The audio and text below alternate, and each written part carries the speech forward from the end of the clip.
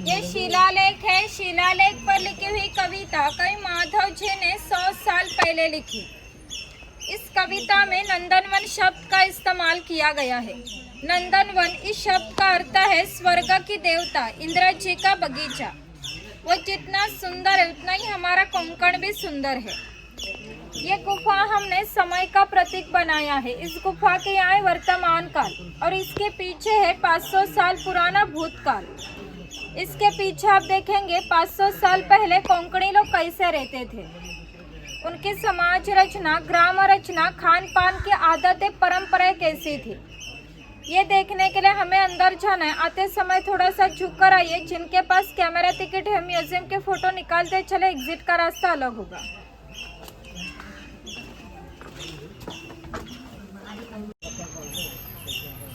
ये शिलालेख है। शिलालेख पर लिखी हुई कविता कवि माधव जी ने 100 साल पहले लिखी। इस कविता में नंदनवन शब्द का इस्तेमाल किया गया है। नंदनवन इस शब्द का अर्थ है स्वर्ग की देवता इंद्र जी का बगीचा। वो जितना सुंदर है उतना ही हमारा कोंकण भी सुंदर है। ये गुफा हमने समय का प्रतीक बनाया है। इस गुफा के यहाँ है वर्तमान काल और इसके पीछे है 500 साल पुराना भूतकाल। इसके पीछे आप देखेंगे 500 साल पहले कोंकणी लोग कैसे रहते थे, उनकी समाज रचना, ग्राम रचना, खान पान की आदतें, परंपराएं कैसी थी, ये देखने के लिए हमें अंदर जाना है। आते समय थोड़ा सा झुक कर आइए। जिनके पास कैमरा टिकट है म्यूजियम के फोटो निकालते चले, एग्जिट का रास्ता अलग होगा।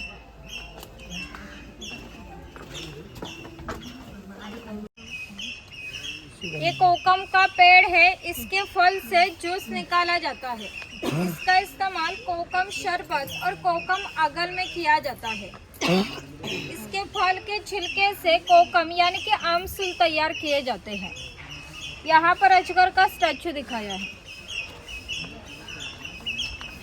ये भगवान परशुराम है।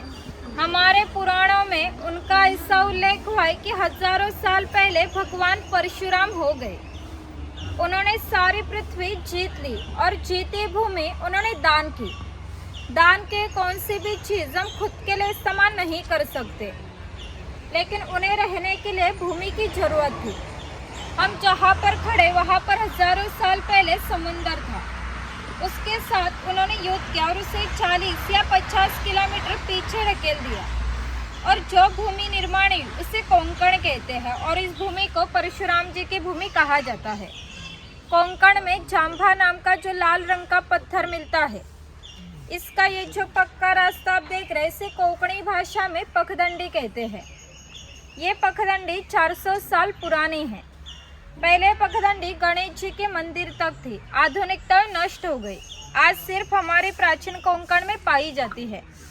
पहले ऐसी पगडंडियां ग्राम देवता के मंदिर की ओर जाने के लिए बंधी जाती थी। आज हम लोग भी इस पगडंडी से प्राचीन कोंकण की ग्राम देवता वाघ उसके दर्शन के लिए जा रहे हैं। यहाँ पर वनवासी है। कोंकण की दुर्गम पहाड़ी पर वनवासी लोग रहते थे। उसमें भिल्ल और कातकरी लोगों का समावेश था। यहाँ पे हमने कातकरी समाज दिखाया है। यहाँ पर शेर और उसकी गुफा दिखाई है। यहाँ पे गांव शिकार दिखाई है। अच्छा, त्रिफल। ये चिरफल का पेड़ है। चिरफल का फल जंतुनाशक होता है। इसका इस्तेमाल अनाज में रखने के लिए किया जाता है और ये फिश करी में भी डाला जाता है। ये आप हमारी बिक्री केंद्र में खरीद सकते हैं। ओके, त्रिफल मांडी बाला। यहाँ पे माड़ी वाला दिखा है। ताड़ी माड़ी निकालने वाले होते हुए। ये हमारे ग्राम देवता का मंदिर है। पहले धार्मिक संस्था गांव नियंत्रित करती थी। गांव में किसी दो व्यक्ति के बीच झगड़े हो गए तो गांव के सभी लोग यहाँ इकट्ठा हो जाते थे और गांव के मुखिया उनके सामने न्यायदान का काम करते थे। और एक महत्व की विशेषता यह है कि संसार में ऐसी प्रथा है कि हर एक जाति धर्म के लोग अपने अपने मंदिर, चर्च और मस्जिद में जाकर भगवान के दर्शन लेते हैं। हम कोंकणी लोग भी साल भर भगवान के पास जाकर भगवान के दर्शन लेते हैं। लेकिन हमारे यहाँ सन शिमगा यानी कि होली का त्योहार मनाया जाता है। तब इस देवी को इस पालकी में बिठाकर गांव के हर एक घर में लेके जाते हैं। यानी कि कोंकणी लोग और भगवान, इनका नाता इतना नजदीक होता है कि हमारा एक दूसरे के पास आना जाना होता है। इस देवी का नाम वाघजाई है। यह नाम हमने जानबूझ कर रखा है क्योंकि जिस जंगल में बाघ पाए जाते हैं जंगल समृद्ध माना जाता है। 500 साल पहला कोंकण का जंगल भी इतना ही समृद्ध था। उससे हमारे भविष्य में भगवान का स्थान है। हम कोंकणी लोग वड, पीपल, साप इनकी पूजा करते, यानी कि हम निसर्ग पूजक कहलाते हैं। इसलिए हमारी इस देवी का नाम भी प्रकृति के संबंधित वाघ जैसे रखा गया है। यहाँ पर हमारे कुछ पुराने वाद्य है। लकड़ी का ढोल है, मिट्टी के 2 ताशे हैं। इनका नीचे का भाग मिट्टी से तैयार किया है। ये 110 बरस पुराने हैं। अगर बजाने वाले कुशल हो तो इनका आवाज 1 या 2 किलोमीटर दूरी पर पहुंचता था। पहले इसका इस्तेमाल धार्मिक कार्य के लिए और संदेश वहन के लिए किया जाता था।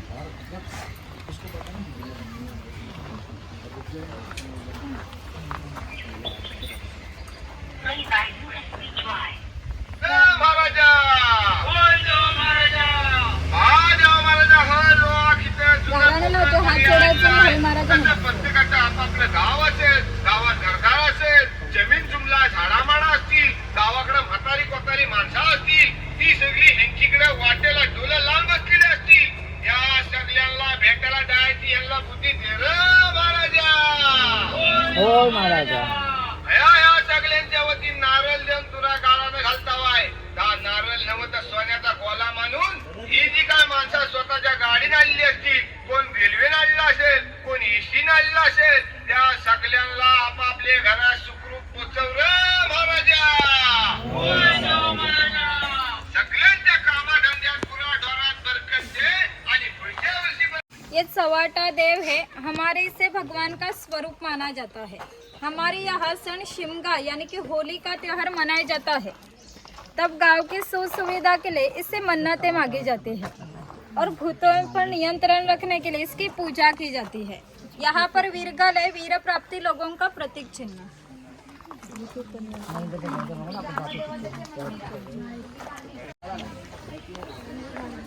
यहाँ पे कड़क लक्ष्य में दिखाए पोतराई लोग होते हैं जो खुद को चाबुक से मारते हैं। वो यहाँ पे दिखा लोग पहले खेल करने के लिए गांव में आते थे, इसलिए यहाँ पर उन्हें दिखाया है।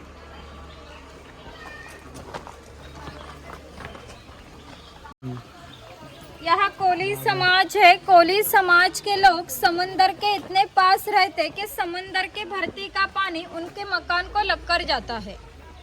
इतनी छोटी सी नौका लेकर कोली लोग 8 या 10 घंटे गहरे समुंदर मछलियां पकड़ते हैं और सुबह वापस लौट आते हैं। कोंकण में बाटर सिस्टम थी, यानी कि नाई, सुतार, कासर, ये लोग घर घर में जाकर अपने अपने सेवा देते थे। इसके बदले में पैसे नहीं मिलते थे लेकिन अनाज मिलता था।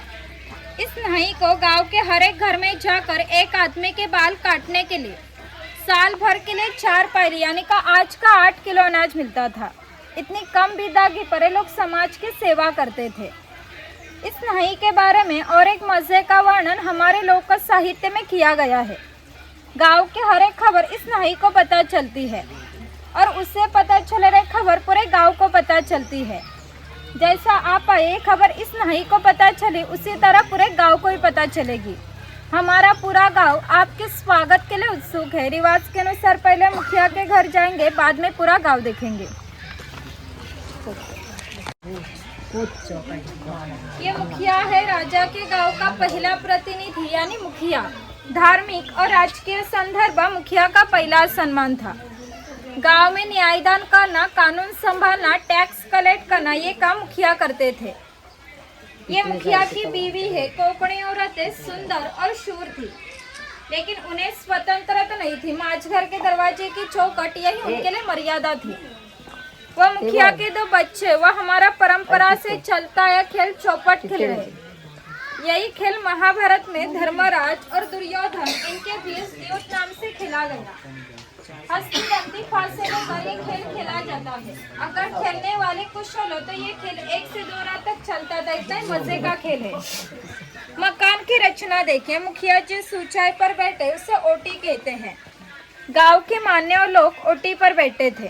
सामने उसे पड़वी कहते। सर्वसामान्य लोग पड़वी पर बैठे थे। मुखिया के यहाँ है भगवान का घर और यहाँ है रसोई घर। मुखिया के पीछे माज घर यानी कि पहले का बेडरूम। छप्पर की रचना देखिए। ऊपर छोटा छप्पर, बीच में गैप, नीचे बड़ा छप्पर। कोंकण में गर्मी बहुत होती है, इससे घर की गर्मी इस गैप से बाहर जाती है और बाहर की ठंडी हवा उसकी जगह लेती है। इससे घर का वातावरण हमेशा के लिए ठंडा रहता है। घर के सामने आंगन है। आंगन में तुलसी वृंदावन है। यहाँ पर सरोते दिखाई, सुपारी काटने के लिए इस्तेमाल होने वाले। यहाँ पर छोटे बच्चे को पानी के साथ खेलते हुए दिखाया है।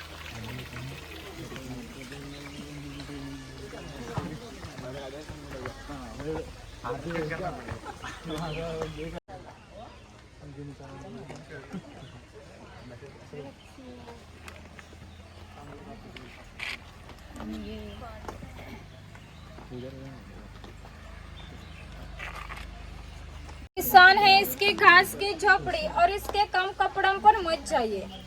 ये हमारे गांव का प्रमुख उत्पादक घटक माना जाता है। गांव के 12 बलूतदार मुखिया और आजई ने अनाज देने का काम एक किसान करता था। यहाँ पर ये जो चूल्हा देख रहे इसे कोंकणी भाषा में पिरसा कहते हैं। ये पहले हमेशा के लिए जलता रखा जाता था क्योंकि पहले लाइटर या माचिस नहीं थी। किसान की बीवी को जब खाना बनाना तो यहाँ से 2 शोले लेकर रसोई घर का चूल्हा जलाती थी। अगर ये बुझ गया तो घर में 2 चकमक के पत्थर रखे जाते थे। वो एक दूसरे पर घिसट कर आँच लगाई जाती थी। ये खोईनी है, इसका इस्तेमाल मछलियाँ पकड़ने के लिए किया जाता है। पीछे से बेलियों से बांधकर पानी में रखी जाती है। इसके अंदर की रचना, इसी के अंदर गई मछली फिर से बाहर नहीं आ सकती। पीछे गोमय से पुताई हुई टोकरे है, उसे कोंकणी भाषा में कणगी कहते हैं। इसका इस्तेमाल अनाज रखने के लिए किया जाता है। इसके अंदर अनाज डालकर ऊपर चिरफल नाम के फल डालकर ढक्कन लगाकर बाहर से गोमय की पुताई की जाती है। इससे अंदर का अनाज 2 या 3 साल तक अच्छे से रहता है। ये किसान की बीवी है, वो किसान की लड़की है।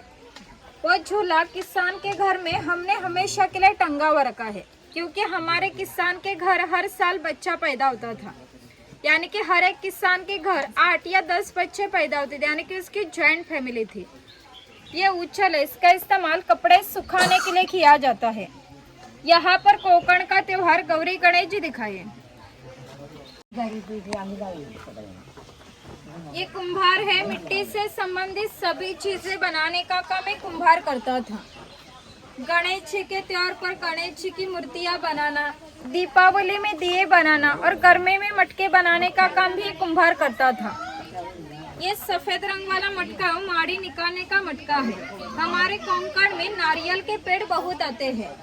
उसे नारियल आने से पहले एक पोई आती है। उस पोई को बीच में काटा जाता है। उस पोई को गुड़हल के पत्ते रगड़ कर लगाए जाते हैं। वो पत्ते पोई में से माड़ी खींच लेते हैं और बून बून आने वाली माड़ी इस मटके में इकट्ठा की जाती है। हमारे यहाँ के भंडारी समाज के लोग व्यवसाय करते हैं। काल के अनुसार 12 बलूतरंग के व्यवसाय नष्ट हो गए, लेकिन माड़ी निकालने का व्यवसाय आज भी चल रहा है। ये बनिया है, चौल, राजा, बुरदा, फूल। इन कोंकण के कोट को 5000 साल पहले का इतिहास है।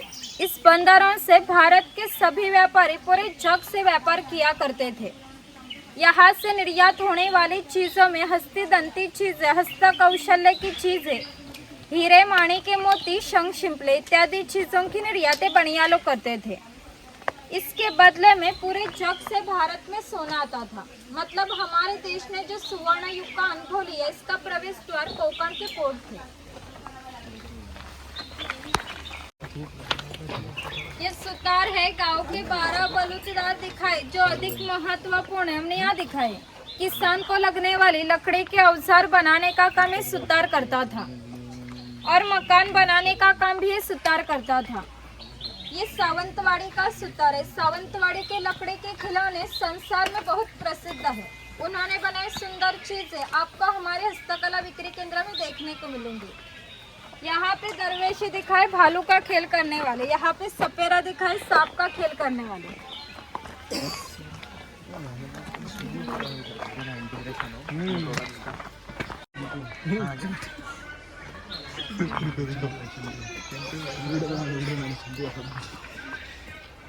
ये लोहार है। किसान को लगने वाली लोहे की चीजें बनाने का काम ये लोहार करता था।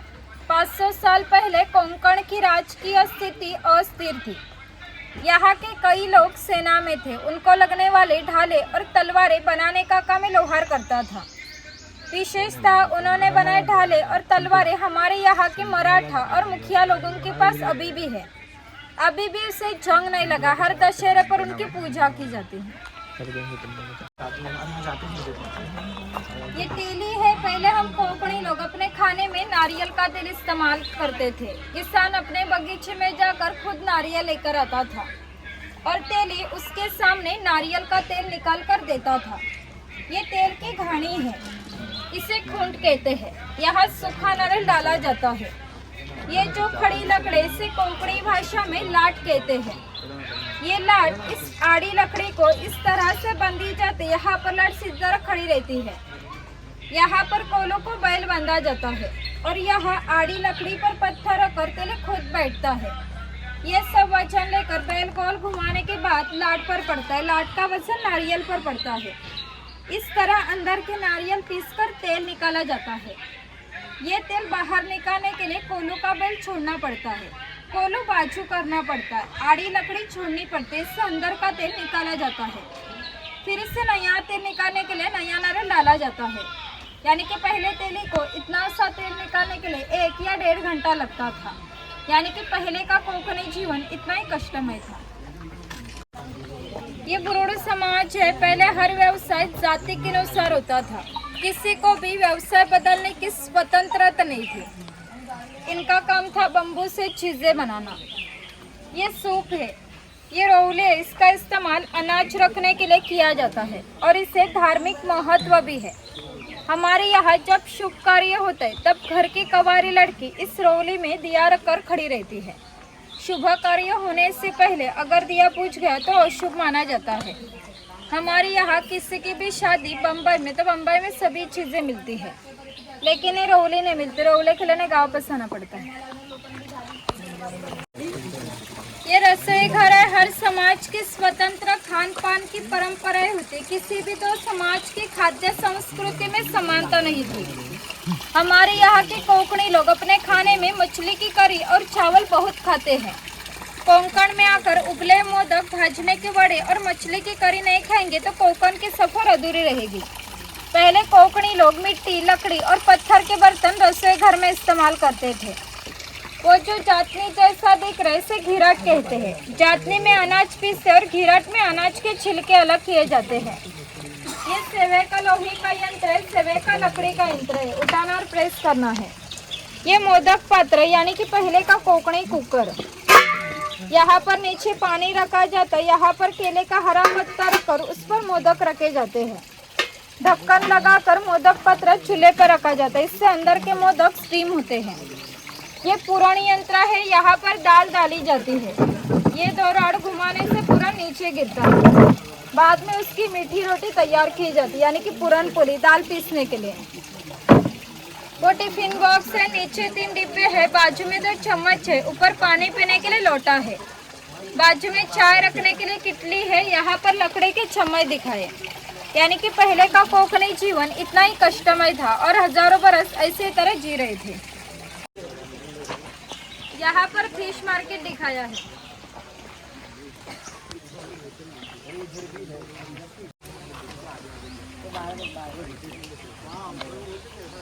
ये चूड़ी वाला है। पुराने रीति के अनुसार 12 बलूतदार घर घर में जाकर अपने अपनी सेवा देते थे। ये चूड़ी वाला इस लड़की के घर आया है। पहले कोंकण में लड़की की शादी 8 या 10 साल में हो जाती थी। तब तक ये चूड़ी वाला उसे चूड़ियाँ चढ़ाने का किसी भी प्रकार का मोह बदला नहीं लेता था। जब इस लड़की की शादी होती थी तब इस लड़की के पिताजी उस चूड़ी वाले के एक छोटे सा सोने का गहना देते थे। इतनी उसकी विदागी थी। यानी कि 12 बलूतदार अपने घाटे मुनाफे का विचार न करते, सिर्फ अपने जिम्मेदारियां मानकर अपना अपना व्यवसाय करते थे।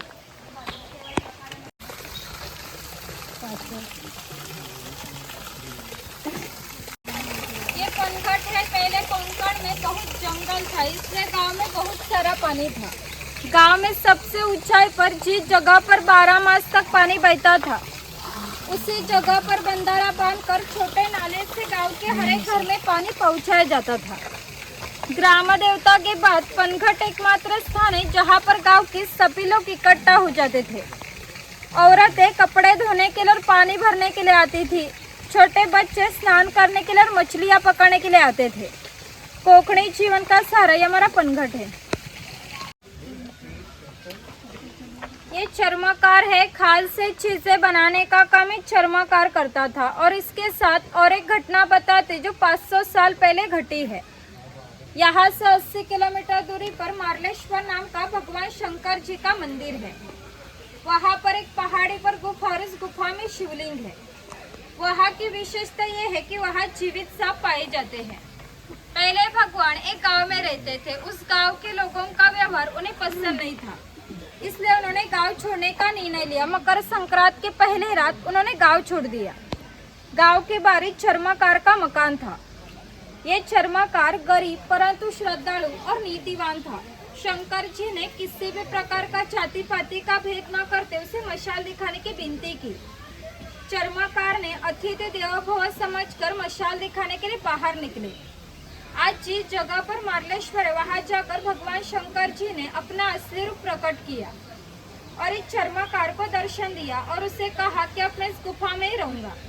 इस घटना को 500 साल हो गए, लेकिन हर मकर संक्रांति के पहले रात भगवान शंकर जी की पालकी उनके मूल गांव से निकलती है। तब उस पालकी को मशाल दिखाने का काम चर्मकार का आज का वंशज है वो करते हैं। यानी कि मार्लेश्वर ऐसा स्थान है जहाँ पर किसी भी प्रकार का जाति भेद नहीं माना जाता। आगे हमने मार्लेश्वर भगवान की प्रतिकृति बनाई। आपको दर्शन लेना है तो जा सकते हैं।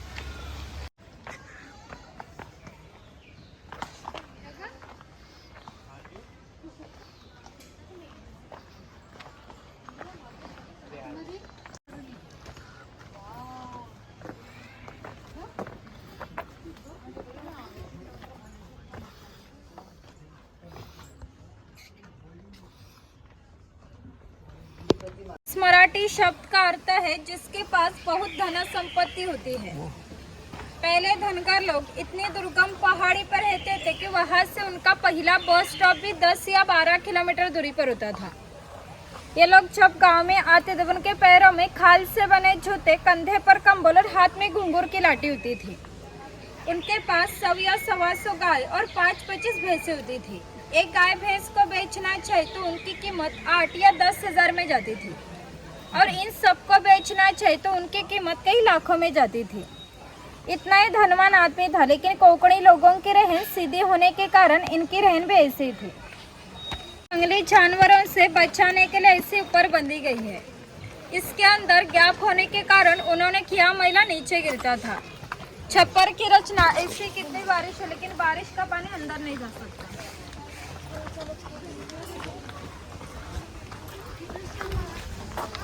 ये खैर का पेड़ है। इसके अंदर जो रंग वाला हिस्सा होता है उससे कत्था निकाला जाता है, पान में डालते हैं वो। आगे कत्था निकालने की प्रोसेस दिखाइए।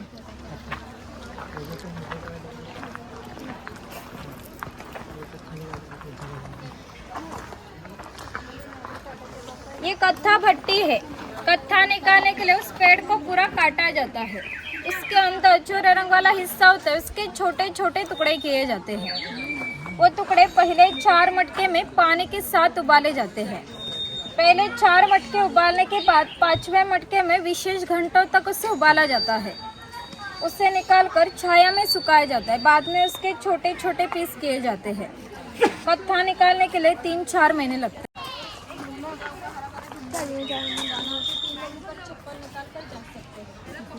यहाँ पर मेरा गाइड हुआ, वहाँ पर मास्क पहनकर आपको फोटो निकालना हो तो निकाल सकते हैं। आगे शॉप है, यहाँ पर आपको लकड़ी के खिलौने मिलेंगे, कोकम के खाद्य पदार्थ मिलेंगे। अगर आपको शॉपिंग करनी हो तो कर सकते हैं। बाद में शॉप से आगे जाना है। लास्ट पॉइंट है शेल एग्जीबिशन। वहाँ पर आपका टिकट चेक किया जाएगा। वहाँ पर फोटो निकालने के लिए अलाउड नहीं, वैसे एग्जिट है। शेल एग्जीबिशन में अलग गाइड होगा।